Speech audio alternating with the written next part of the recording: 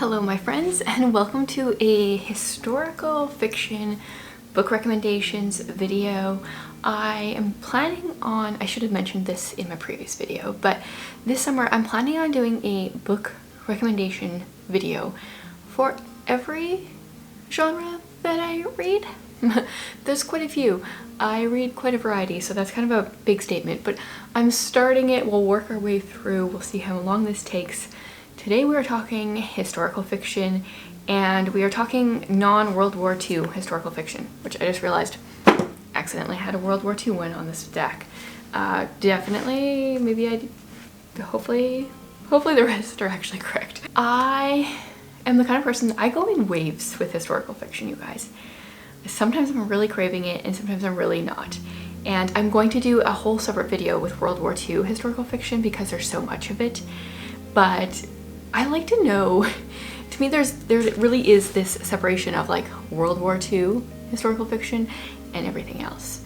And because there's so much World War II historical fiction out there, I want like the best of the best, because I don't want to just keep reading kind of the same thing all the time. But then usually what I'm in the mood for, if I'm in the mood for historical fiction, it would be non-World War II. So I have a stack here, and this ranges quite the different historical events and time periods going on here. Historical fiction is kind of a broad term. There were some books I wanted to include here because they were set in historical times. Like I would have loved to have put Emma M. Lyon on here, but in many ways that's just a book set in history, where I kind of tried to go for books that more like teach you a little bit about the historical time period. And there's nothing wrong with a book like Emma M. Lyon that is set during history, and like it is still historical fiction. But if I pulled in all the books that were my favorites that were under that broader umbrella, I think it would have just got too long. So I tried to stick with ones that were quite historical. I don't know if there's like a line, they're like farther on the historical end. There is some middle grade in here, there is some YA, there is some adult. These are all decently clean. There are some books I could have included on here that I've really enjoyed, but I feel like maybe they cross a line that I didn't want to share them on here. But there are some other great historical fiction books out there. Yeah, so we're gonna go in no particular order. I tried to limit it to not more than 2 by an author. I think there's actually only one author that shows up here twice, but there are some that I could have just shared all their books. But let's go with The Berlin Wall. We'll start with that. We've got A Night Divided by Jennifer A. Nielsen. This is my personal favorite of her historical fiction books, but she has quite a few in that like upper middle grade, lower YA, and different time periods and different events. And in this one we follow a 12-year-old girl whose family is divided the night the wall goes up. And so she starts to dig a tunnel to try to, I think it's her father and one of her brothers are on the other side. Yeah, her father and middle brother, who had gone west in search of work, are unable to return home. And her mom and her other brother, I believe, are on the east side. Really good book. I made my 6th grader read it this last year for school, and even he enjoyed it. It's not my daughter's favorite of hers. Her personal favorite, I think, is Words on Fire, which is about Lithuania when they were invaded, I think. A lot of Jennifer A. Nielsen's historical fiction is really good, but this is the one I chose to share. And then this is another author where I could have shared all her books. I picked my favorite. This is The Nature of Small Birds. And this is a triple timeline, and the most historical of them is set in 1975 in the United States during the Vietnam War. And this is one of those books, every time I try to explain it, it needs like a little bit of a caveat. Our main character is not one of the perspectives that we follow. So our main character is really this girl named Mindy. She's adopted in 1975 and from Vietnam to the United States. And in that time period, we follow her mother. I think her name is Linda. And then we go to 1980 something and we follow Mindy's sister Sunny. They're both teenagers at the time. And then we're in 2005 or 2010, no, 2013 with her father, Bruce. So our main character is Mindy, but we actually get the perspective of her 3 family members instead of her. And yeah, so there's a lot about the Vietnam War, and we've got 1988, I think is the other one. And yeah, it's so well done. I really love Susie Finkbeiner's writing. The other favorite of hers is, that I love the most, is after this one, All Manner of Things. That one's also set during the Vietnam War. Beautiful writing. Highly recommend her books. A little bit of heartbreak, but in the best way. And then, if you want a little bit of anxiety in your reading, also kind of in the best way, The Lost Melody. This book is set, I can't remember if it's Victorian or Edwardian time period, but our main character kind of accidentally gets trapped in an insane asylum. She starts working there, ends up becoming a patient, can't figure out how to get out. You get a look at asylums during this time period. I don't know if it's going to tell me when it is. Asylums, you guys, if you were trapped in one, would you freak out? Because when I was reading this, I was just thinking, like, what would I do?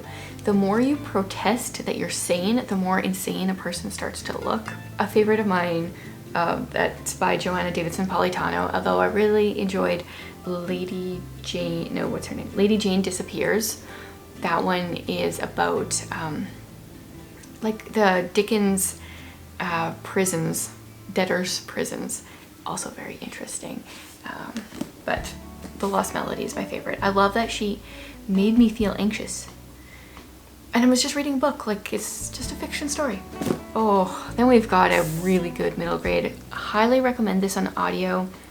And if you're like, I don't read middle grade, but I read historical fiction, the middle grade that I'm putting on here is so good that I think you'll even enjoy it, even if you aren't a middle grade person. This is The Lost Year by Catherine Marsh. And in this one, we follow 3 main characters. The more present day is a boy named Matthew. He's 13. This is COVID. He's living with his mother and his great-grandmother, a 100-year-old great-grandmother. And then we also go back to the 1930s.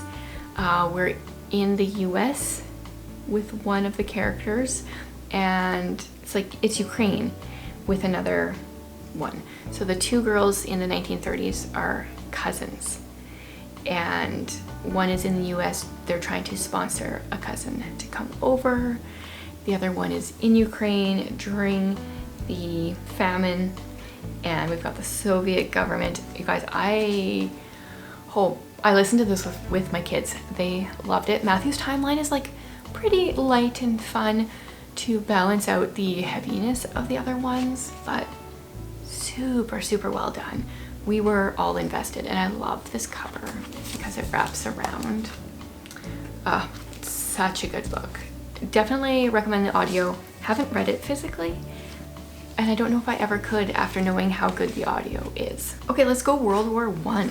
Definitely not as many books in that time period, and this is kind of the book that inspired me to read more historical fiction. It's Maisie Dobbs.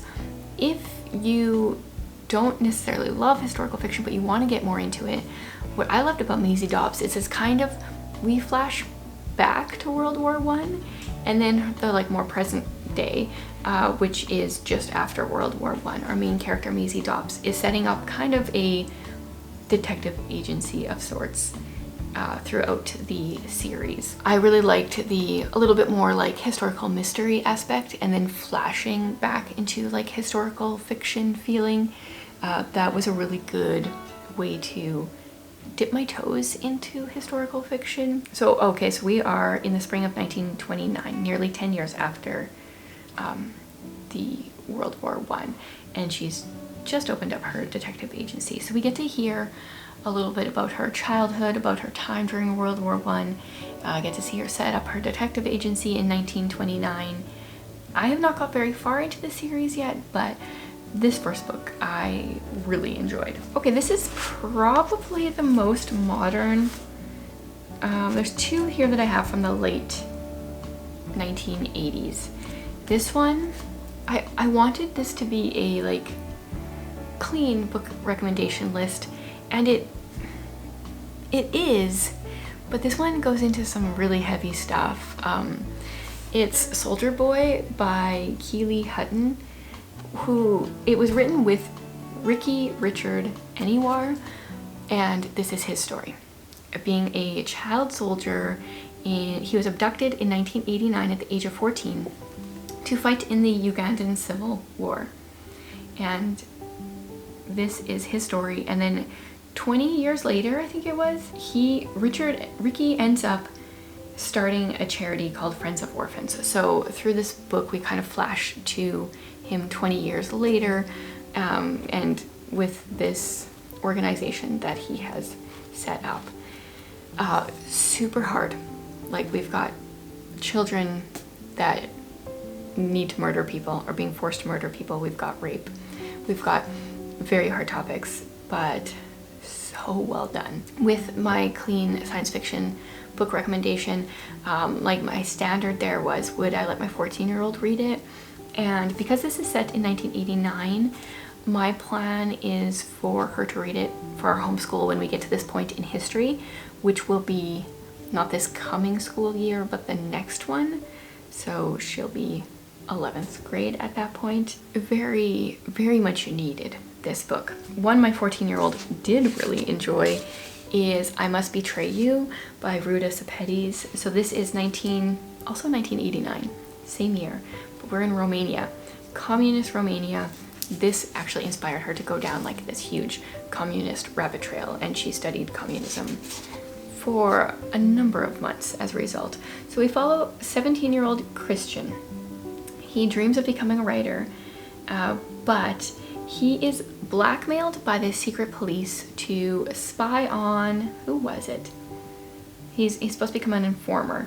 He had to spy on someone because the secret police said they would give his grandfather medication that his grandfather needed if Christian did this. And I just remember kind of that anxiety feeling of when I was reading The Lost Melody, because in I Must Betray You, you don't know who's betraying who's informing on who, and it makes you like almost question the people around you, like who's going to tell on me kind of feel, except much greater consequences.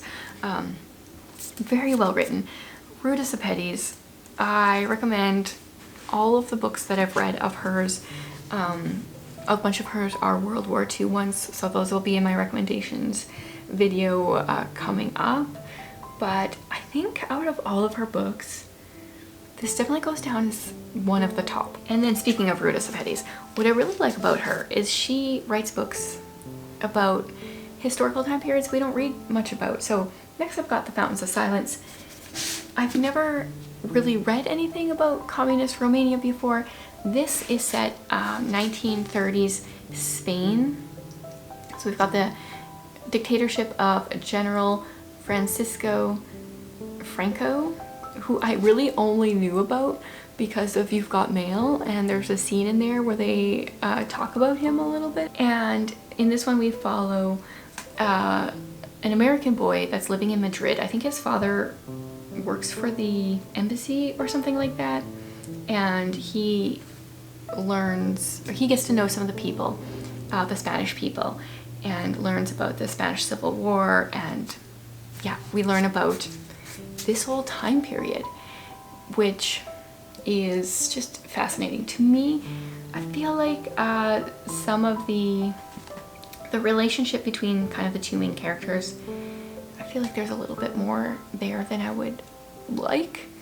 But once again, I don't know, she just picks such a different time period, does it really well. She does a really great job with her research, but then her stories are not dry. So yeah, another rudest of petties I would recommend. The last one that I own a physical copy of is As Bright as Heaven by Susan Meisner.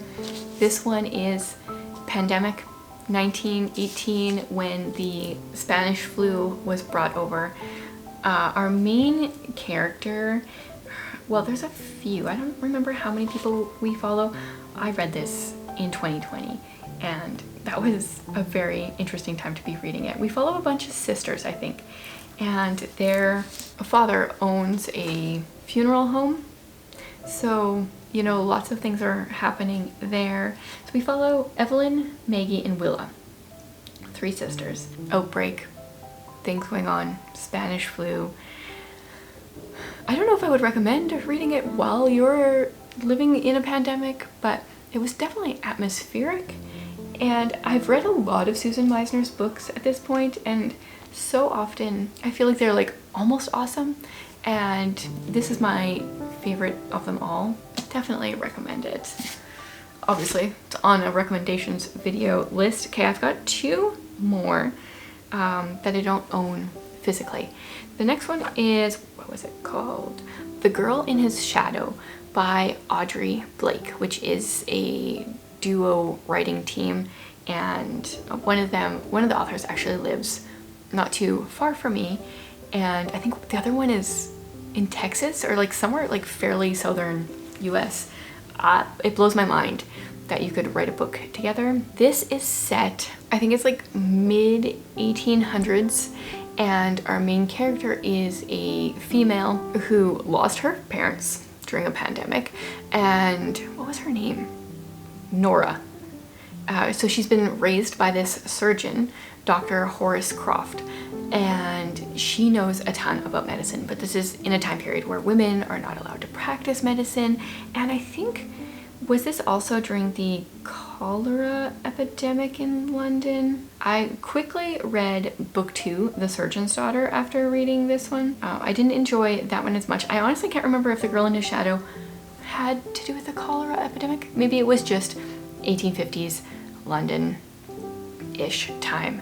And it was very interesting, the medicine practices that you learn about. Like, the authors put a lot of time and research into the different medicinal practices, which are a little bit cringy, a little bit like rolling in your skin as you read about certain things, but very, very well done. They've only written the 2, oh no, they also wrote The Woman with No Name. I was gonna say they only wrote the 2 books that were like a duology together, but they wrote another one that I haven't actually read.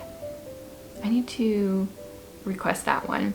And then they've, I think, both written some things on their own as well. Definitely recommend The Girl in His Shadow. And then the last book is A Middle Grade, and it's an audiobook that I haven't listened to in a number of years. It does have a little bit of World War II in it, but it's mostly not. It's called Echo by Pam Munoz-Ryan. 100% you have to listen to this book. I mean, because it's historical fiction where we follow a bunch of different people in different time periods. There's like this one magical kind of harmonica that weaves their stories together. The rest of the book isn't magical or fantasy in any way other than this harmonica just finds them all at different points in history. I need to look it up here. So we start with, okay, we have Frederick in Germany. So I think I remember correctly, that one was World War II. Mike in Pennsylvania. I don't remember what time period that was. And Ivy in California. I wish it would tell you exactly what the time periods were. Yeah, I don't remember enough of the details, but it's one of those books that was so impactful. Like I said, you definitely have to listen to it on audio. It starts out a little strange if you're just going for a historical fiction, because this is when the harmonica is found and like the little fantastical part at the beginning. But once you get into it, it gets really good. This is reminding me that I need to re-listen to this book. I would actually be very curious to physically read it, but the audiobook has the harmonica and it just has that atmospheric sound that goes along with the story. Okay, so I probably could have shared a bunch more, but I'm going to cap it at that. These are my favorite historical fiction that are like a little bit heavier on the history than just being set in history. If you guys have some non-World War II historical fiction to recommend to me, I would love to hear it. I have a bunch on my TBR, really need to read The Blackbird Girls, but I would love some more recommendations because I've been wanting to read more historical fiction lately, but kind of drawing a blank. And if you love World War II historical fiction, if you want recommendations there, next week or the week after I should be sharing my video for that. I don't know my exact schedule, but it will be coming. So save your recommendations for that video. If you guys are looking for more recommendations, check the comments. You guys always leave such wonderful recommendations and explode my TBR like crazy. So thanks again for joining me for yet another video.